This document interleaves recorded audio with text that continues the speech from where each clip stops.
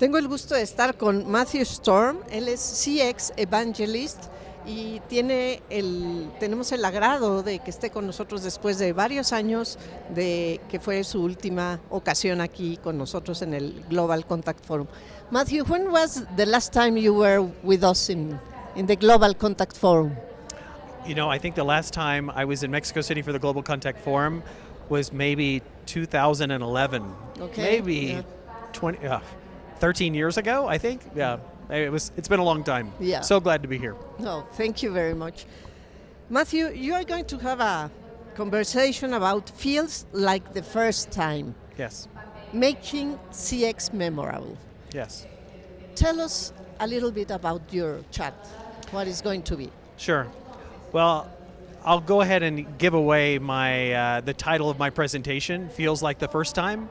Feels like the first time is actually a rock song from a long time ago, and as you may know, feels like the first time maybe means like that first time I held your hand, the first time I kissed you, the first time maybe other things, and it means that those first times we have expressions in customer service, it's really important that it feels special every single time, not just the first time. Mm-hmm. And what happens in call centers is that agents slowly and slowly become robotic, then they become apathetic, then they really just don't care at all. And when that happens, they can't deliver that experience. And they have a very repetitive job, much like other positions in the world that have repetitive jobs. And what I've done is I've studied repetitive jobs and ways that you can make every experience feels like the first time. Mm. Tell me, what do you think about the artificial intelligence is going to impact more this distance between the agent and the Absolutely. Customer? Yeah, I think the role that AI plays, I'm going to talk in the presentation. I read a quote from Axios, and the author said that the more AI becomes more and more like a human, humans are going to be forced to be more and more like machines. Oh, really? Yeah, and as that happens, you can feel humans becoming more machine-like, and as they do that, they can't provide empathy, they can't apologize, they can't provide, happiness and experiences. Instead, they just are acting like robots. And I think we have to use AI in a balance between giving great information, but also letting our agents become more human.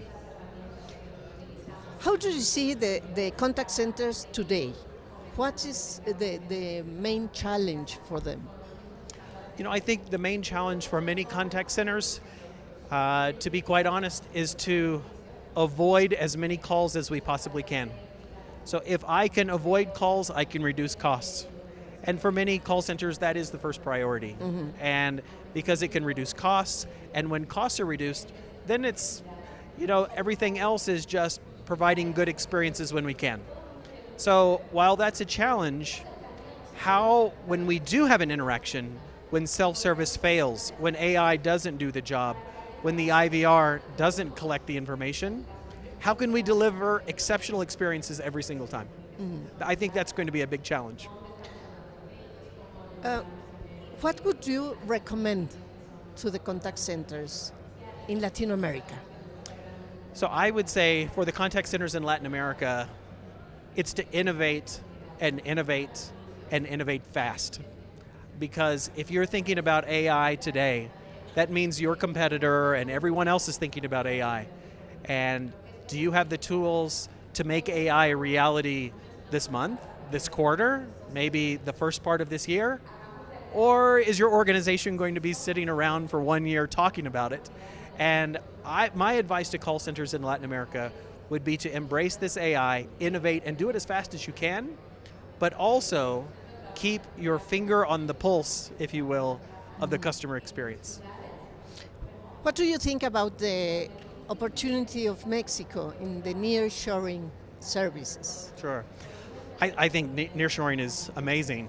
Nearshoring for me, as someone from the United States, means that I'm speaking to someone that is being able to help me, can understand my culture, maybe can understand my language even better, as opposed to someone that is much more difficult or is in a completely different culture.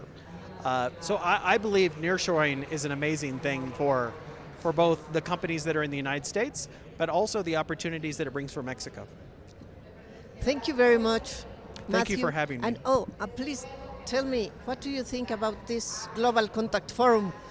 Wow. 12 years I know. after 12 years. I know, exactly.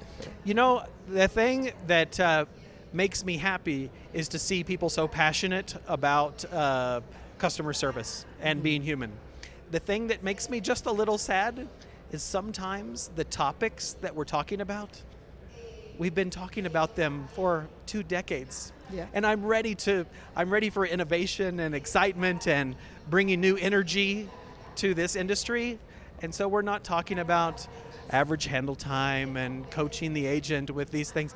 Let's do something different. I'm so ready for that, and I'm ready for the future of Global Contact Forum as well. So, Thank you very much. sure.